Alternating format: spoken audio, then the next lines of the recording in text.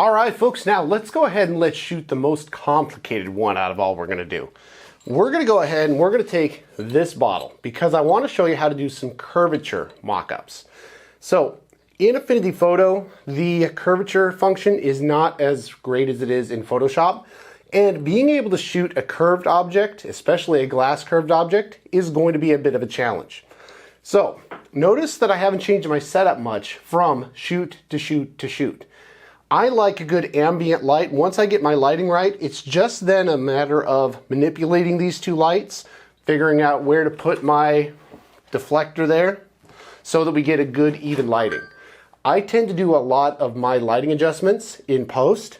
So what we're going to do here is, first of all, because I want something in the bottle, we're going to go ahead and fill the bottle. So we're going to have the editor go ahead and speed this up there because, quite frankly, I'm going to be super slow at this.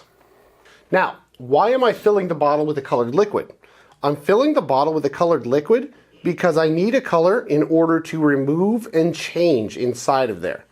Not saying you can't do it if not, but it's one of those things that makes it just so much easier. Now, I really like the bubbles in this as well, so I chose a carbonated beverage. The bubbles are going to add a little bit of atmosphere. We can do some frequency separation on it if we so choose. The challenge with composites is not only do you have to shoot the image a lot of times, but you also have to edit the image a lot of times. So now we have our completed bottle. All right, now we're going to go ahead and we're also going to be using this flashlight. Now the flashlight, when it comes to the back of the bottle, we're going to need something to diffuse it, similar to the paper that we've got there. So what I tend to do is I take just some average craft paper. You can use whatever type of old paper you want, right? Certainly printer paper will work. And what I'm going to do now is I'm going to go ahead and I'm going to trim this paper to fit this bottle.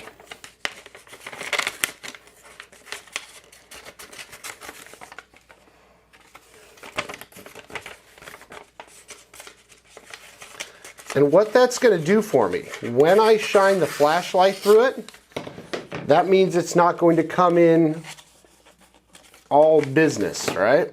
So we're going to get a much subtler light. Okay. We don't want the paper to interfere with the bottle, so I think that that's pretty good there. I'm going to go ahead and trim out the neck just a little.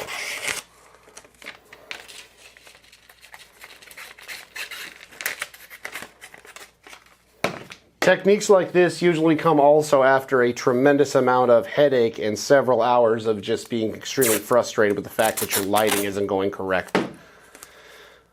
All right, let's throw some masking tape on the sides here. You don't need a lot of it. You don't really want a lot of it because that will also impact the light that's coming through, so don't go crazy with it. You're not trying to adhere it to the bottle for the rest of its life.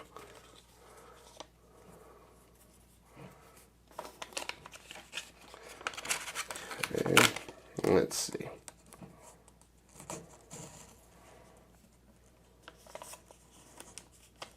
Let's do this. I'm going to rip the neck off it right there.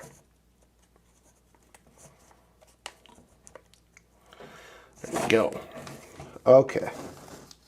Go ahead and hug that up. That looks pretty good. All right, make sure that cap stays on. You don't need a mess, right? Now, the good news is we can go ahead and we can edit out a lot of this stuff in post. The goal here, we're going to be taking 3 shots. And what we're going to be doing, we're going to be combining the 3 with different lighting to make sure that we get the best shot possible. So what I'm going to do, I'm going to go ahead and I'm going to shut off the overhead light here. And I'm going to drop down my camera settings in terms of the exposure. I'm going to shorten the shutter speed time so that I get the least amount of room light possible to maximize my set light. Now, let's go ahead and clean this off and I'll show you where I'm putting my lamps.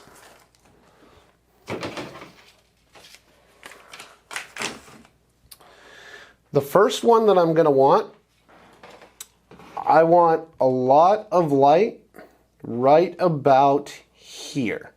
Now, there's a really intense highlight there. That's okay.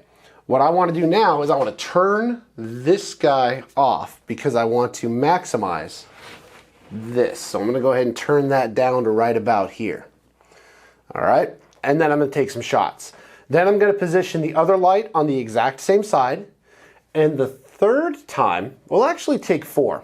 I'm going to go ahead and take this light and I'm going to shine it through that bottle. Now, you guys are seeing at home what that's doing. I'm going to position the light right about here because I want the label to be right about here. So I don't really care about this area. Don't light that, which does not matter. All right, so let's go ahead and take the shot and then we'll see you there on the other side.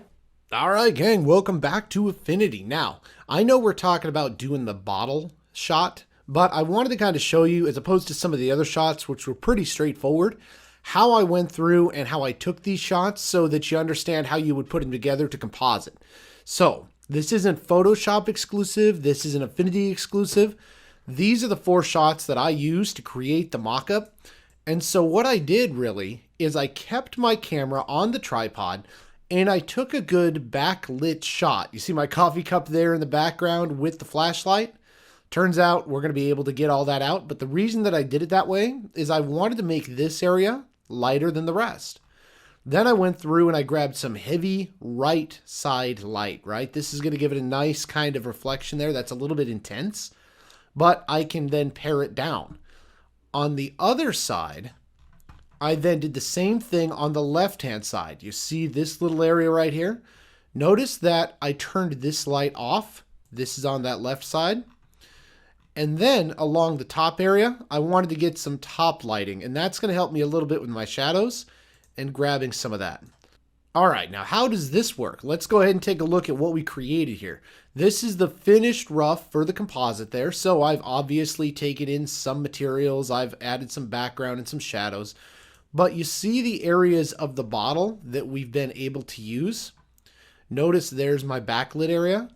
The label is going to go right around here. So I didn't have to worry too much about these bubbles, but I was able to pull some of the carbonation in and do some cleanup down here and along the neck.